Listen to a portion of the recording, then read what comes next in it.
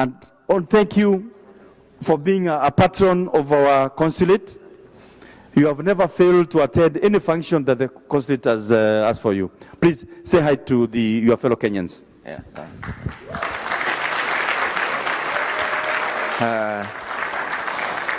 Kiswahili changu si kizuri sana. Kingekuwa kizuri kama cha huyu, ningeongea kwa lugha ya Kiswahili, maana ndio lugha ya taifa. Lakini kwa wakati huu, maana ina dakika chache, nitaongea tu kwa Kiingereza. Kwa hivyo mnisamehe kwa kuongea kwa Kiingereza, ambayo si hiyo lugha yetu kama Kiswahili. Now, I'd like to first to thank you personally. My wife and I have a short occasion to say thank you to you personally for how you received us in Kenya. We still remember at the airport. Yeah, you were there for us. Yeah. And I want to, just by way of seconding what Ambassador was saying, and I don't know all the dignitaries here, so I'll do what I was told is done. You say, all protocols observed. Right? Right. Yeah. I just want to echo, because some of you may not have the same kind of history as I have of being diaspora. There was a time when if a Kenyan in diaspora went from, say, Kenya or any other country to America or Britain or any part of Europe, the first thing they asked, where is the Kenyan embassy? Right? In order to avoid it.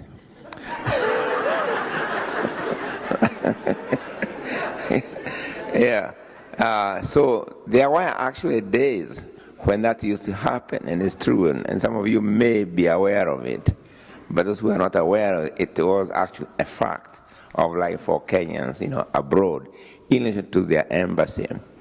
So what the ambassador said about the relation between the embassy and the Kenyan people is very, very important, to me to hear, and I can testify to this.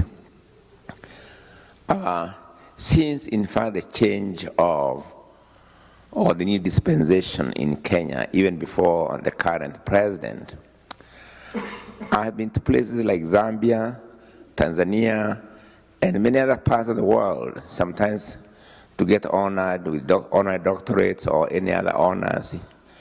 And there is always somebody from the Kenyan consulate and embassy. And I'm telling you, no matter what relationship you may have with your government in terms of difference of policy here and there, as a Kenyan, you really feel very good when you can see a rep of your government in the, as part of the welcoming party. So that part I can testify, particularly our relationship to the consulate. Even over the three ambassadors, Nyambura was here, and then Akinyi, and now the current ambassador. As far as I'm concerned, I don't want to speak for everybody, but I've always felt very welcome at the consulate. So I can testify to that, publicly. And thank you. Yeah.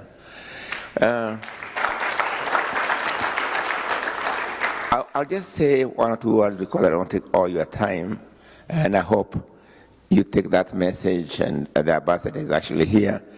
I wanted to add to what you said about the diaspora desk. And this is what I would have said even if the president had been here. Because the president, remember, was educated actually at Amherst College, where I was distinguished professor before he came there. I didn't have a chance to teach him, but I was there before, right?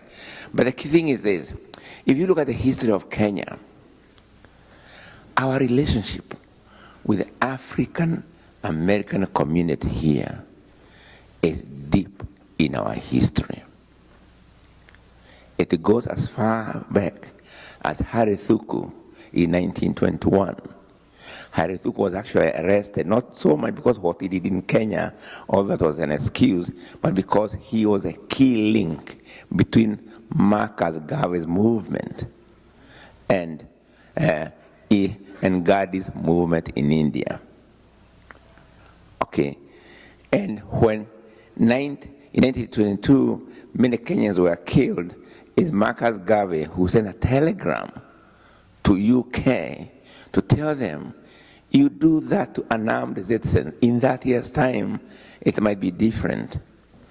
30 years' time later, it was called the Mau Mau armed struggle.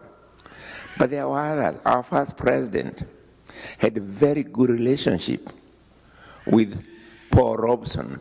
They acted in a film together in 1938, I believe, Sanders of the River. He had a very good relationship with the Du Bois because they were part of the Pan-African movement. I might also mention Bio Koinange, who had a really excellent relationship with the entire African-American community. And you may not know, but the Githogori Teachers College, the first ever college of higher education, erected by Kenyans with their own effort, was actually based on experiences in Virginia Hampton Institute, which was also where Booker T. Washington came from before he went to found Tuskegee. And if you remember, I don't want to go into all the details, but at our when we were getting our independent constitution, one of the lawyers who came to help in those negotiations was Thurgood Marshall, probably the greatest African-American lawyer that has ever existed.